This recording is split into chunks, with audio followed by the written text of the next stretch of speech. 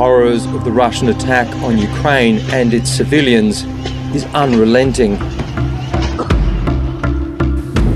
It's not just urban centres that have been devastated. Some of the most fertile farmland in the world is now a battleground.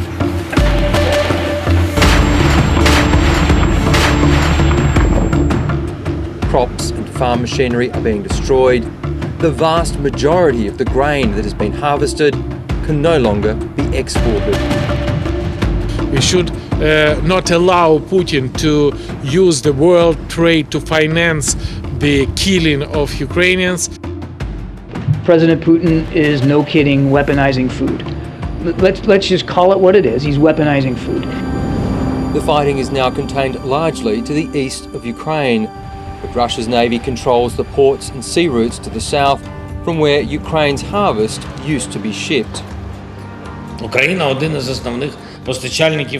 Ukraine is one of the main suppliers of wheat, sunflower oil and corn. According to expert estimates, the lives of about 400 million people in different countries of the world depend on the export of our food. Before the war, Ukraine export about 6 million ton per month and 95% of that was exported through the Ukrainian seaport. Now we're exporting about 1 million tons, so 5 times less. And we do that through the western border by railway, and this is definitely not enough. Ukraine has sunk one major Russian warship, but analysts say military actions won't break the Russian blockade. Even if the ships could be sunk, all of the ships could be sunk, I think Russia from Crimea can still enforce a blockade of Ukraine's ports. So in this respect, the Russians hold, I think, pretty much all of the cards, and they have shown that they are going to be ruthless in wielding the leverage that this gives them, not just within Ukraine, but on the international stage. At the moment, 350 million human beings have been thrust into food insecurity, acute food insecurity, according to the World Food Programme, and 50 million people are now looking at starvation, actual starvation. The World Food Programme declined an interview. The UN Secretary-General says diplomatic efforts are underway. This is one of the moments where silent diplomacy is necessary, and the welfare of millions of people around the world could depend on it. It's an act of pure piracy.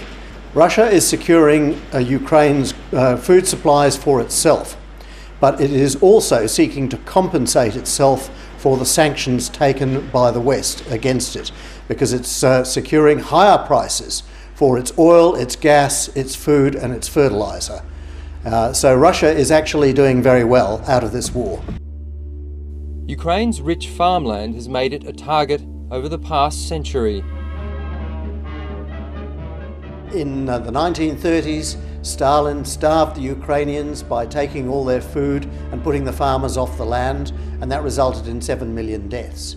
Then, in the 1940s, Hitler invaded the Soviet Union in order to capture the farmland of Russia and the Ukraine, because he needed it to feed Germany.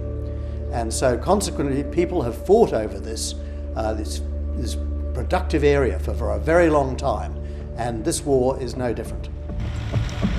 Ukraine's internal food supplies are secure. What it desperately wants is more weapons and ammunition from the West because it remains outgunned. And Ukraine demonstrates, surprise the world, surprise the Putin, and demonstrate a unique quality when more than 10 times more artillery, more than 15 times more ammunition and troops, but Ukraine defeat Russian troops and even provide a counterattack operation.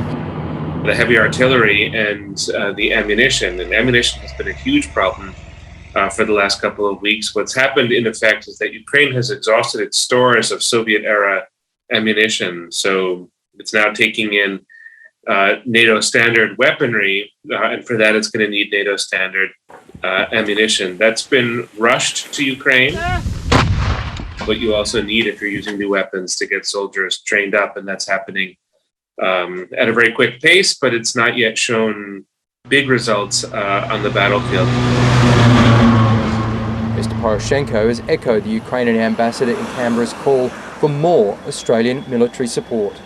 We welcome the Australian assistance, and every single details of ammunition is vital, because without that, with the empty hands, Ukrainian soldiers cannot find. My message also to Australia, very clear, very straightforward, and very simple. More weapons to Ukraine are never enough.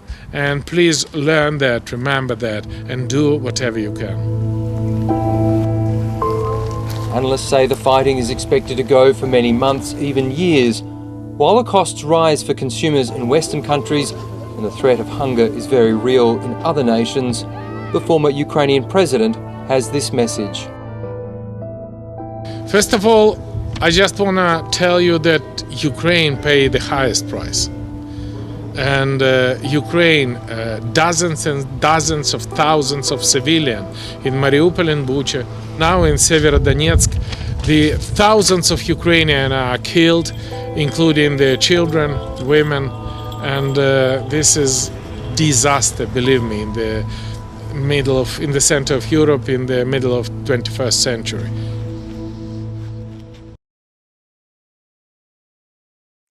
Hi, I'm Lee Sales. Thanks for watching this story. If you'd like to watch more of 730's stories, they are on the left of your screen.